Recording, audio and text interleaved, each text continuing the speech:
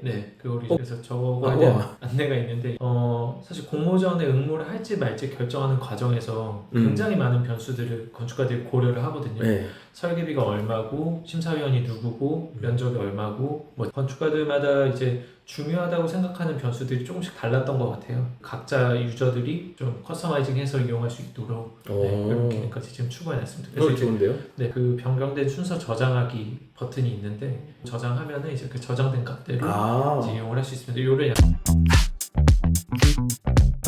오늘은 스코어러의 정평진 공동대표님 인터뷰를 하러 왔습니다. 스코어러 굉장히 핫한 웹사이트거든요. 소개를 많이 들어가지고 인터뷰 요청 메일을 보냈고 흔쾌히 또 응답해 주셔가지고 안녕하세요. 네, 안녕하세요. 네, 저는 건축 전공하고 건축 잡지 일을 좀 하다가 이제 이 스코어러라는 서비스 그 공동대표 이용현님이랑 같이 21년도에 시작해서 지금 이제 2년 반 정도 진행하고 있습니다. 이 사이트의 월간 이용자 수 그러니까 MAU가 꾸준히 늘었다면서요? 아, 네네. 초기 한 6개월 정도는 사실 거의 반응이 없었고 이제 그 이후로 조금씩 늘어와서 지금은 월간 기준으로 활성 이용자 수 1.5만 명 정도가 유지되고 있는 상황입니다. 이 사이트에 대해서 간단히 먼저 소개를 좀 해주실래요? 그 공공기관에서 공공건축물을 이제 건립하려고 할 때 어떤 설계안으로 누가 설계할 건지 이제 선정하는 그 과정이 필요한데요. 그 이제 설계 공모전이라고도 하고 뭐 현상 설계라고도 하는데 이제 그 현상 설계라는 게 그 상을 걸어놓고 설계안을 구한다는 의미예요. 근데 이제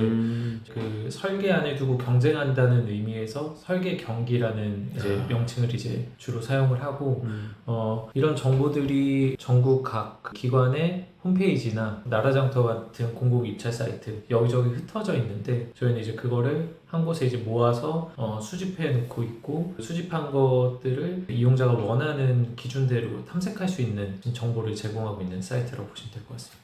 이 사이트에 대해서 좀 더 자세히 알아보기 전에 지금 펀딩 막 들어간 코멘터리 건축 설계형 입상작 심사위원 인터뷰라는 책을 하나 준비 중이신가 봐요. 네, 맞습니다. 지금 12일 남았어요. 녹화일 기준으로 12일이라서 영상 업로드된 이후로 아마 10일 내에 끝나는 펀딩으로 알고 있는데 지금 시작한 지 이틀 전이에요? 네, 맞습니다. 근데 벌써 많은 금액이 모였습니다. 많은 분들이 좀 관심 가져주셔서 생각보다 좀 빠른 속도로 후원액이 모금되고 있는데 아직은 조금 더 힘이 필요한 상태입니다. 참고로 텀블벅 링크는 영상 정보란에 보시면 링크가 있을 겁니다. 저희가 아까 말씀드린 대로 그 스코어러에 1년에 한 1000건 정도의 그 전국의 공공건축물 설계 공모가 이제 업로드가 되는데 몇 년 전까지는 이거의 한 절반 정도 수준이었는데 설계 공모를 의무적으로 시행해야 되는 기준이 설계비 2억 원 이상에서 1억 원 이상으로 하향 조정이 됐어요. 그러면서 이제 1, 2억 사이의 그 소규모 공공건축물들도 다 설계 공모 의무화 적용 대상이 돼가지고 그 정도 숫자가 됐는데 지금 저희가 이번에 펀딩 진행하고 있는 책은 23년도 2분기와 3분기 그러니까 6개월 정도의 사이 동안 스코어에 업로드됐던 500개 정도의 그 공모전 중에 그 유저들의 관심을 가장 많이 받았던 7개의 그 공모전을 선정을 했고요. 이제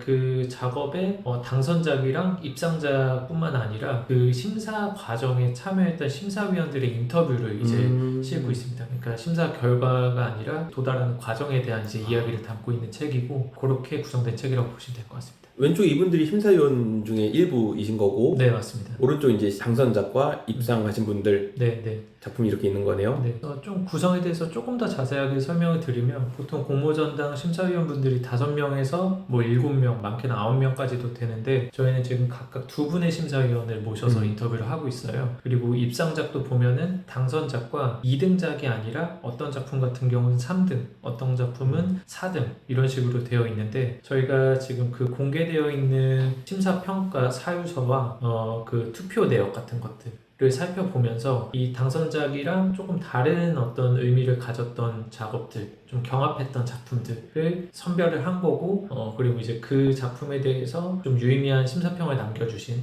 심사위원분들을 위주로 이제 섭외를 해서 인터뷰를 진행하게 됐습니다. 근데 심사평 같은 건 어디 다 올라오는 거예요? 네, 맞습니다. 이게 그 심사평도 아까 말씀드렸던 그 설계 공모 범위 조정되는 것처럼 이제 규정이 개정되면서 심사 결과가 나오면은 심사평과 투표 내역 같은 결과 자료들을 기명으로 공개해야 된다는 의무 조항이 생겼어요. 오. 이제 그것들이 공개가 되면서 스코어로 서비스에도 신규 공고뿐 아니라 그런 심사 결과들을 수집해서 보여드리는데 그 정보들이 공개되면서 서비스가 가능해졌던 거고 다만 그 자료들의 형태가 예를 들면 수기로 쓴 심사평을 그냥 스캔해서 올린다거나 그리고 이제 그 평가의 대상이 되는 자료를 볼 수가 없는 상황들이 많기 때문에 사실 그 자료만으로는 온전히 그 제도가 구현이 되지는 못하고 좀 추가적인 어떤 가공이나 또 서비스 형태로 이제 발전이 돼야 된다는 생각으로 스코어를 시작하게 됐습니다. 이 책은 그러면 어떤 분들이 좀 샀으면 좋겠다라는 그 타겟을 어떻게 보고 계세요? 기본적으로는 그 설계 공모전 참여하는 건축가들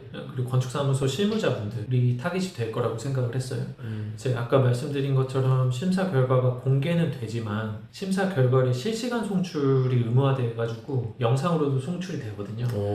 근데 아무래도 그렇게 오피셜하게 드러나 있는 기록이나 자료에는 담을 수 없는 이야기들이 좀 있는 것 같아요. 심사위원분들의 어떤 고민이나 일종의 비하인드 스토리, 이 코멘터리라는 제목처럼 이제 그런 내용들을 좀 담았고 공모전을 준비하는 분들이 이제 안을 만들면서 되게 많은 시간과 고민들을 하시는데 이제 그런 것들에 조금이나마 이제 도움이 됐으면 좋겠다라는 이제 생각이 한 가지가 가장 이제 그게 중요한 부분이었고 그 외에도 이게 공공건축물이기 때문에 넓은 범위에서의 관심이 있을 수 있지 않을까 라는 생각을 갖고 있었습니다. 멤버십 이용권도 준다고 하는데 스코어러의 멤버십 이용권인 거죠? 네, 맞습니다. 이제 스코어러가 지금 저희가 2년 반 정도의 그 무료 서비스 기간을 거쳐서 이제 일부 기능을 부분적으로 유료화하는 것들을 준비하고 있는데요. 이제 이번에 펀딩에 참여하시는 분들은 그 1년 이용권을 훨씬 저렴한 가격으로 구매하실 수 있게 그렇게 준비가 되어 있습니다. 저 지금 로그인 안 한 상태인데 네. 로그인 안 한 상태에서 이런 공모 눌렀을 때 뭐 자세한 내용은 볼 수는 없네요. 네. 이제 심사위원회 명단과 이제 그 심사위원 과거 심사 이력 같은 정보들. 그러니까 저희가 다른 서비스들이랑 약간 차별화된 게 이제 그런 과거 심사 이력들을 아카이빙해서 좀 빠르게 연결시켜서 볼 수 있다는 거. 그래서 이 심사위원이 과거에 어떤 심사에 참여해서 어떤 작품을 어떻게 심사했는지 이런 정보들을 좀 볼 수 있다는 게 다른 서비스들과 약간 차별화된 점이라고 보시면 될 것 같습니다. 이 부분이 이제 유료화되는 부분인 거죠? 심사위원회 클릭했을 때 이제 나오는 과거 심사 이력의 리스트 그 중에서도 이제 일부 개수까지는 이제 무료로 열람이 되고 제가 지금 다시 로그인을 해서 다시 들어왔고요. 네. 여기까지 이제 무료로 볼 수 있고 유료로 이제 구독을 하게 되면은 눌렀을 때 좀 더 상세한 내용도 볼 수 있다는 거죠. 네, 맞습니다. 예를 들면 이런 식으로 네, 그냥 어떤 분이고 어떤 공모전에 어떻게 평가를 했었는지를 네. 이렇게 한눈에 볼 수 있는 거네요. 사실 이 상단에 있는 이 심사위원에 대한 기본 정보는 사실 공개되어 있는 일종의 공공 데이터이기 때문에 여기까지는 공개가 되는 거고요. 하단에 그 심사 이력들에 대한 정보를 이제 어디까지 볼 수 있는지가 네, 달라지는 거라고 보시면 될 것 같습니다.